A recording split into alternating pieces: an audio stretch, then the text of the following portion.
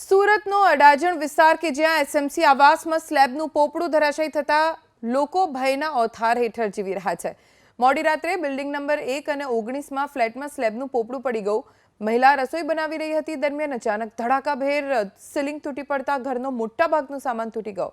સદનસીબે કોઈ જાનહાનિ નથી થઈ, પરંતુ આવાસ બનાવવા માટે વપરાયેલું મટીરિયલ હલકી કક્ષાનું હોવાથી વારંવાર આ ઘટના બને છે। અનેક રજૂઆતો છતાં સમારકામ નથી થતું। આવા મોતના મકાનોમાં લોકો જીવના જોખમે જીવવા માટે મજબૂર બન્યા છે। 7:30 વાગે છે ને સ્લેબ પડી ગયો ઘરે।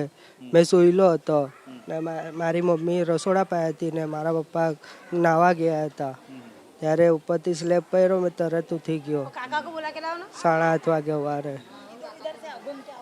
કેટલો ડર લાગતો હોય છે? નાના નાના બાળકો છે। ડર તો લાગે છે। હવે અમે સુતેલા હોય ને અમારા છોકરાઓ પર સ્લેબ પડી જાય તો અમારે શું કરવાનું? એટલે અમે સરકારને માંગ કરે છે કે જલ્દી તકે અમારું અહીંયા કંઈ સારવાર કરે તો મહેરબાની થશે એમની। અત્યારે બી આ માસી ઝાડુ મારીને ગયા અને તરત જ સ્લેબ પડી ગયો, એમના આંખ પર પડી જતે તો એ ક્યાં જતે એ માસી? એટલે એમને કહેવાનું છે કે ભાઈ અમારે અહીંયા આવીને સારવાર કરી જાય। કેટલા ઘરોમાં આ રીતે સતત આ પોપડા પડી રહ્યા છે? અહીંયા સતત એટલે 8-10 ઘરમાં તો પડ્યા જ છે।